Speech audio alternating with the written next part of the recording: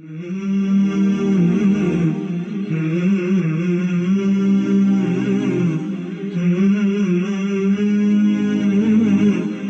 continuing the book of al-Qayyim, The Disease and the Cure, and we're on the chapter of words, the danger of words. And here are some principles that we have taken from that book. Number 1, only speak that will benefit you in your relationship with Allah. If there's no benefit, then stop. If there is a benefit, think that by speaking those words, will you miss out on a greater benefit? Is there something else that you could be saying for a greater benefit? So always be careful. Number 2, if you cannot bring happiness by your words, don't bring sadness. If you can't bring benefit, don't bring harm. Right? And these are general principles. And now we have hadiths, the sayings of the Messenger of Allah sallallahu alaihi wasallam. One of them is the one that is reported by Abu Hurairah radiallahu anh, in which he said that the Messenger of Allah sallallahu alaihi wasallam was asked about the deed which will be foremost to lead a man to Jannah. Okay? Now this is about an action that will be most important, that will be foremost in taking someone to Jannah, which is the eternal destination for happiness and should be our own goal for everyone, right? And this is what the Messenger of Allah sallallahu alaihi wasallam replied: fear of Allah and the good conduct.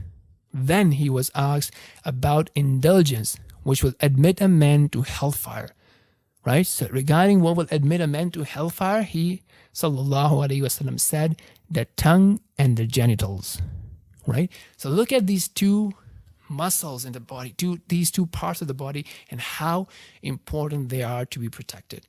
And in Sahih Bukhari, we have a narration from the Messenger of Allah sallallahu alaihi wasallam, in which the Prophet said, sallallahu alaihi wasallam, a slave of Allah may utter a word which pleases Allah without giving it much importance. So one may say something and one doesn't think it's a big deal, but that word will please Allah. And it will be such a pleasure that because of that, Allah will raise him to degrees of rewards. And a slave of Allah may utter a word carelessly which displeases Allah without thinking much about it, right? And this word is displeasing Allah, and what happens is because of this, he is thrown into the hellfire. So this is the power of words, my brothers and sisters. And finally, look, what we know is that your words are your own possessions. They are your captives. They are your slave as long as you don't speak them. But when they are out, they own you, right? And right now, actually, these days, we are seeing a lot of that, right? I mean, you see a lot of people on Twitter, even like people who are leaders of nation, they are on Twitter, on social media, they are saying things, they're being ridiculed and mocked about it, and they're being held accountable for it. So just take a look at the importance of the words. And Allah subhanahu wa ta'ala says in his book, in his pure speech, Allah subhanahu wa ta'ala says, ما يلفظ من قول إلا لديه رقيب عتيد.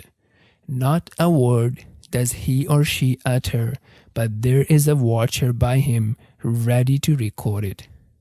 Many people stay away from several forms of haram, prohibited actions, but they do not pay attention to their tongue. How much does it elevate or destroy relationship with Allah, with your family, with your clients, and so on?